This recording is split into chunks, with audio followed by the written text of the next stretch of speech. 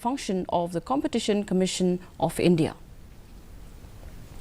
The KSU on Friday questioned the recent notification of the Mpsc with regards to the 62 candidates which have been selected for MCS examination.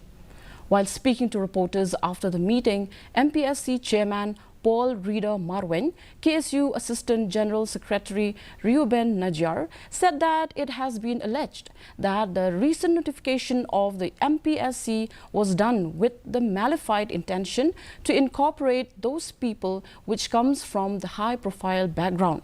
According to him, the chairman himself is not well aware of the fact after they had shared the grievances of the students who are aspiring to join the state civil services.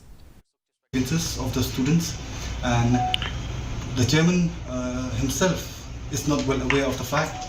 That is very much certain.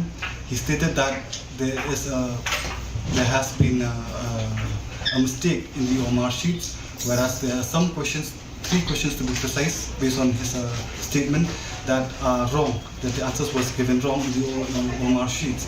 And after someone has petitioned over the wrong answers, then they have to re-evaluate. After re-evaluating, they found out that 62 candidates crossed the cutoff marks.